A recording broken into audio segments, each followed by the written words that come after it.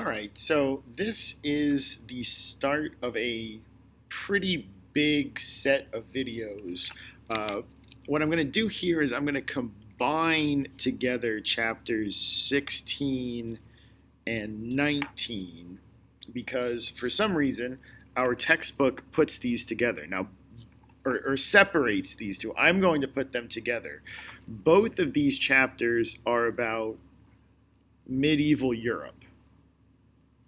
So instead of doing chapter 16 and then taking a couple of chapters off and then coming back and doing chapter 19, we're just going to do them all in one big go. So this is going to be, I want to say, 7 videos worth. In class, it's going to be about 2 weeks worth of stuff. So it's a lot of material. We're going to take our time through here because it's a lot to go through. But all of this stuff is on medieval Europe. So kind of the early part of medieval Europe is in chapter 16. The later part of it is in chapter 19. I'm kind of putting it all together into one big section on medieval Europe. So what we're going to start with today is kind of where we left off when we were talking about the Romans. So if we think about, so we'll just call this medieval Europe. And just in case you're curious, the word medieval basically just refers to something in the middle. So this is the equivalent of the Middle Ages.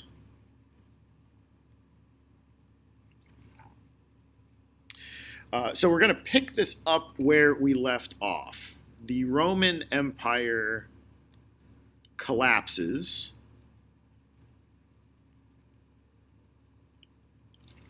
And that gives us 2 different pieces of Europe. We've got the kind of centralized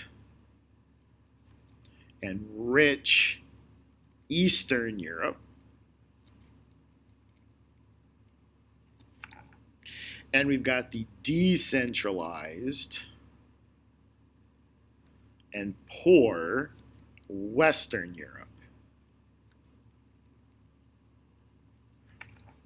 And we're going to look at both of these in turn. So we're going to start with this today. And so we're going to look at the eastern part of Europe, also known as the Byzantine Empire. So we're going to spend the first, I want to say, 3 videos looking at the Byzantine Empire. And then we're going to shift gears and look to the west and look at Western Europe in the 4 videos that follow that.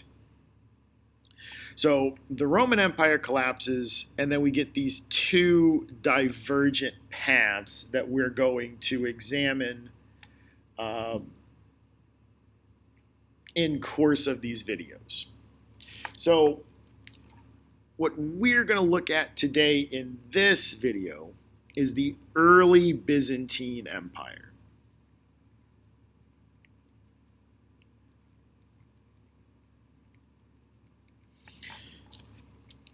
And we're going to kind of go from about 500 or so to about 750. In our next videos, we'll kind of finish out time period 3 in the Byzantine Empire.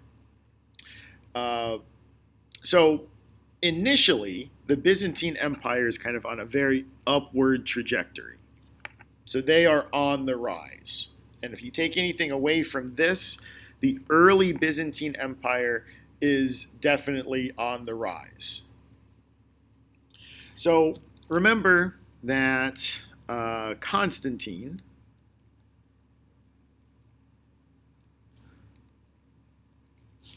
moved the capital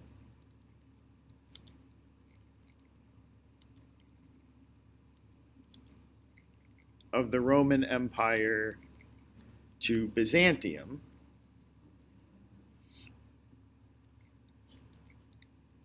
in the 330s. And when he moved the capital to Byzantium, along with moving the capital comes all of the government and the money and all of the rich, educated people. All of this stuff goes to Byzantium, kind of leaving Rome by itself. So Rome is kind of left to deal with what's left over. So Byzantium kind of becomes the new Rome, and Rome kind of falls apart. And we'll worry about that, what happens to Rome, in subsequent videos. But right now, we're going to be looking at Byzantium, also known as Constantinople, named after Constantine. So once Constantine moves the capital to Byzantium, all of the good stuff of the Roman Empire goes here, and Rome is kind of left kind of like a husk of its former self. So once the Western Roman Empire falls,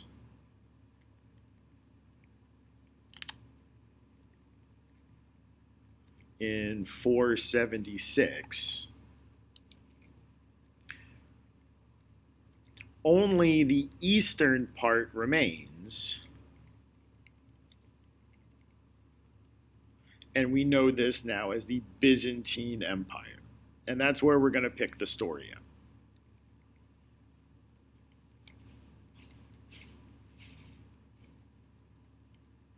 So the eastern part of the Roman Empire is known as the Byzantine Empire. So in a lot of ways, the Roman Empire just continues going. It continues to go on in the Byzantine Empire. The Byzantine Empire is just another name for the eastern part of the Roman Empire. So if we're thinking about Byzantine leaders that you need to pay attention to, there's one in particular that matters a lot.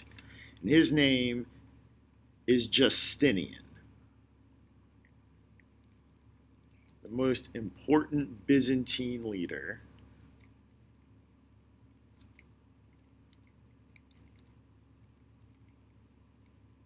Is Justinian. Now he's in charge from 527 to 565. So that's when he's in charge.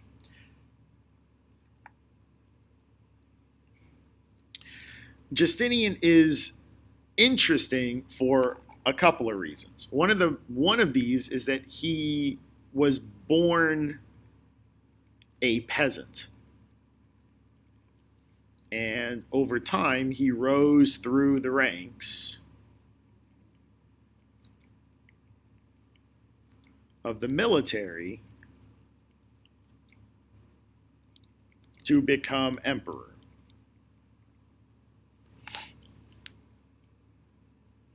So he really understands what it's like to be poor because he started off that way.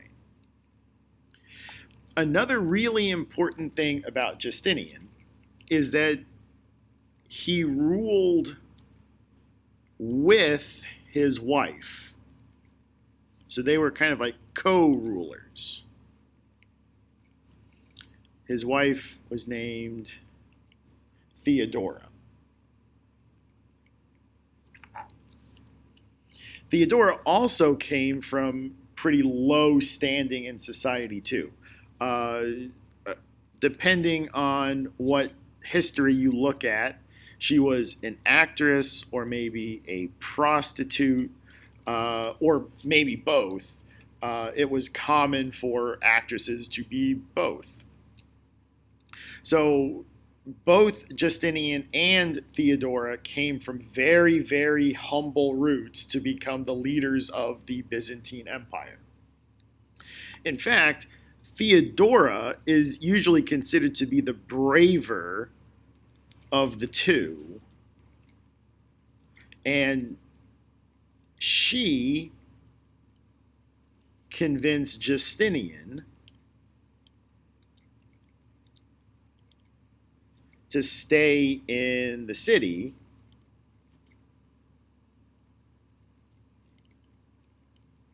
when things got tough for them. And I'll explain what I mean by that in a second. But she actually saved his rule because Justinian wanted to run away during this tough period that I'm about to get to. She convinces him to stay.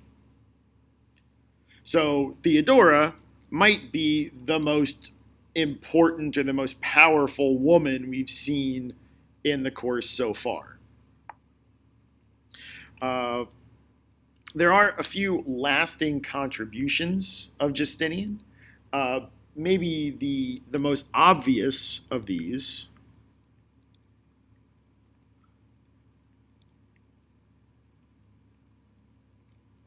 is a church called the Hagia Sophia. In Greek, Holy Wisdom. So this is an enormous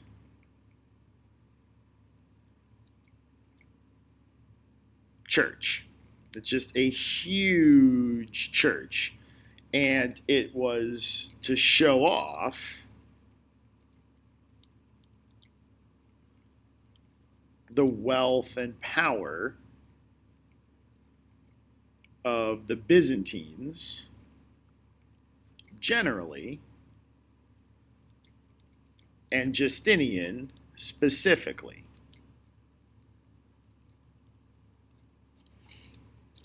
So just like the pyramids might do, the Hagia Sophia was meant to show off how rich and powerful the Byzantines and Justinian were.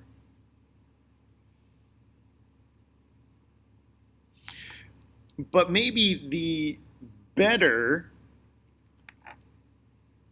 of the lasting contributions is this thing that's called Justinians Code. Now, we've dealt with codes before.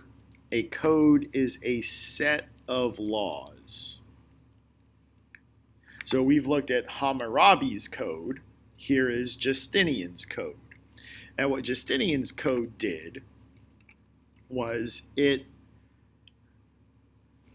kind of collected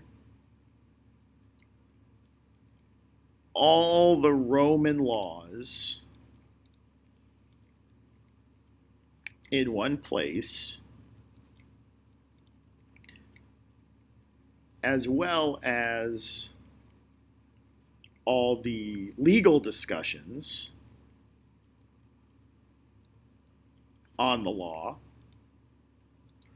and a curriculum for legal students, and all the new laws are added.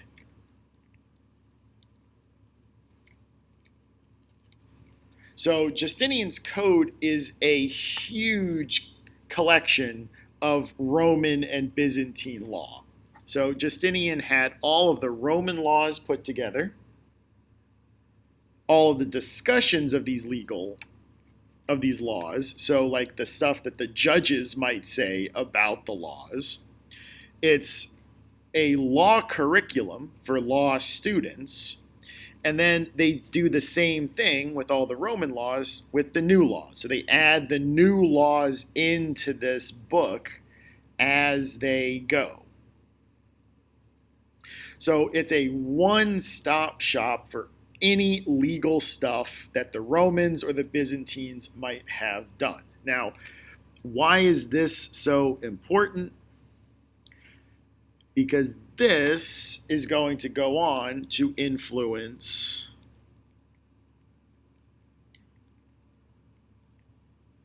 European laws which will then go on to influence American laws. And we can even go one step further and say that American laws have gone on to influence like the Japanese and the Germans after World War II. So basically, Justinian's Code lives on in Western European law codes and American law codes, and as far away as Japan. We're still seeing the influence indirectly of Justinian's Code. There was one contribution that they did, but it didn't really last very long. This is something that didn't last, but it was a neat little thing that they did. They did, during his reign, they did reconquer Rome itself. They did reconquer Rome in the 540s. But it wasn't really worth it.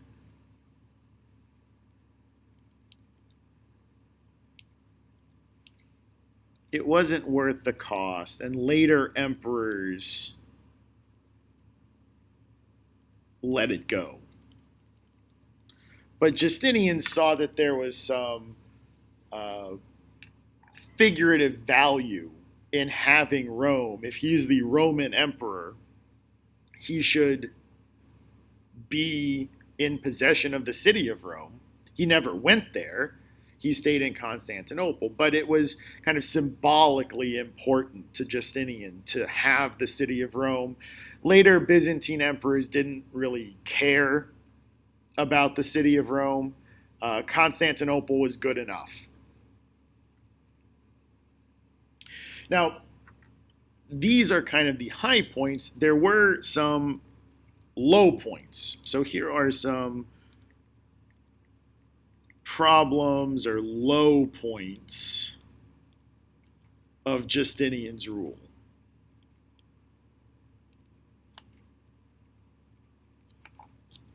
So the first one of these is a set of riots, and these happened pretty early on in Justinian's reign, and these are called the Thenika Riots. So these happened in 532. So about 5 years after Justinian comes to power, we get these Thenika Riots. Now, like we've said lots of empires do, the Romans and the Byzantines gave people free sporting events to keep the people happy. So that was just a way that the Romans did things. There were free sporting events. These were meant to kind of distract people from problems.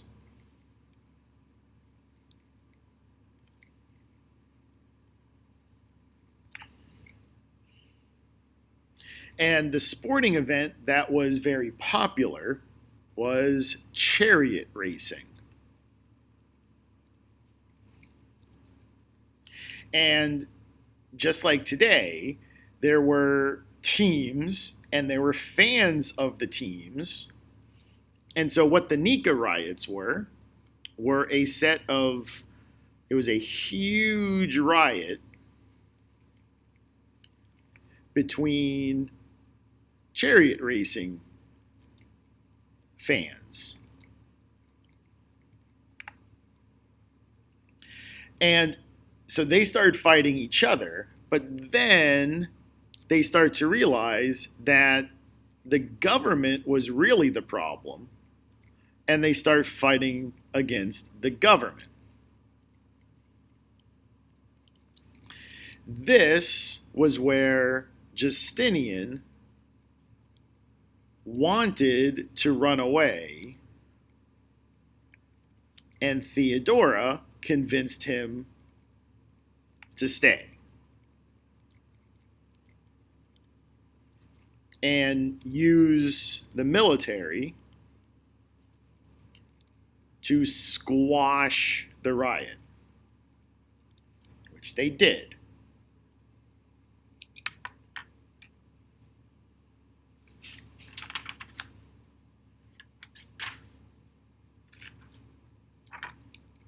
And there were about 30,000 rioters killed or executed. So not the best of looks for Justinian and Theodora.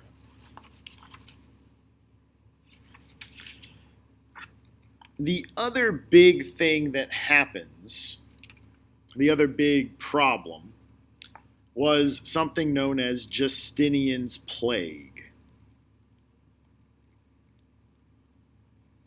And this happens in the 550s. At this point, Theodora has died. Theodora died, most likely of breast cancer. That's what most of the records seem to indicate, is that she died of breast cancer. And Justinian was heartbroken by this. He actually did love Theodora a lot. She was a real partner in ruling. And so he was devastated when Theodora died. But she didn't die of the plague. She was already dead by the time the plague hit. So Theodora died, and so Justinian had to rule alone.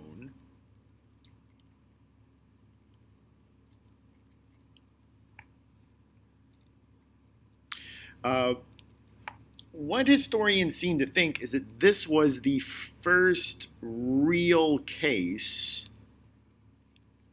of epidemic plague. So the same thing that's going to cause the Black Death, that is probably what this plague was.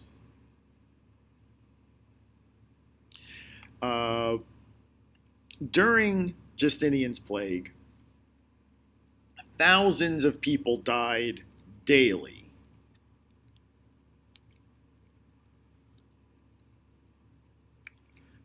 And that was because there was a very high population density in the Byzantine Empire because there were lots of cities.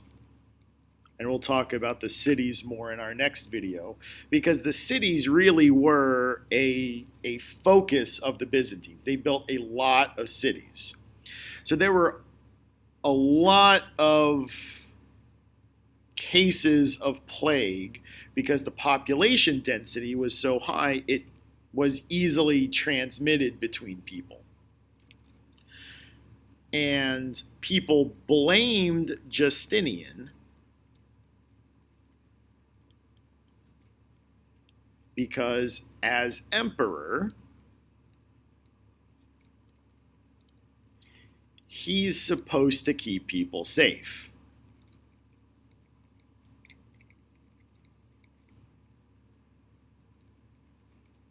So because he's the emperor, he's supposed to keep people safe.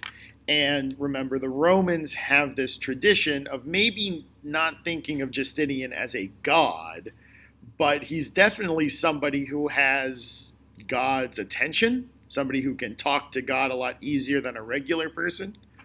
And so if Justinian can't keep people safe, then Justinian might need to go.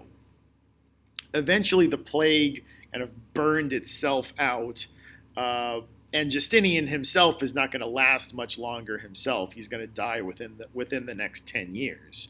But people blamed Justinian for this because he's supposed to keep them safe, and no one really understood how germs work.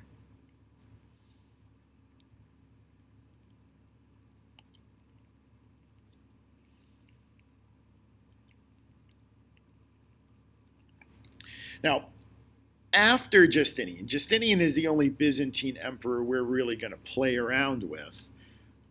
After Justinian,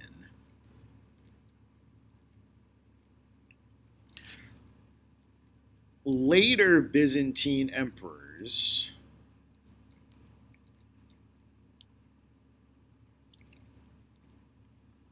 lost a lot of territory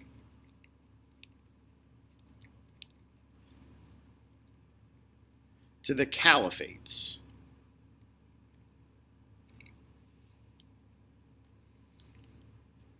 So they're going to lose a lot of territory to the Muslims, who are going to expand very rapidly as a result of Byzantine inadequacy. They're not very good at fighting. Eventually, the Byzantines will turn it around, and we'll talk about that in our third video. But during this period, kind of after Justinian, to about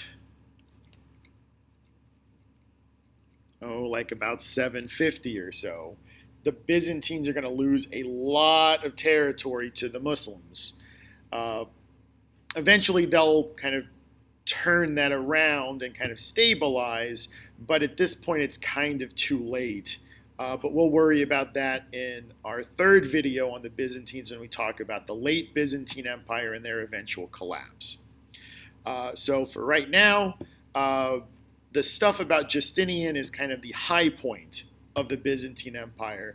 Everything after Justinian is kind of a long, slow decline until the Byzantines are finally wiped away in the 1400s. But until then, our next video is going to be on Byzantine society and trade. So until then, this is Mr. Nissen signing off.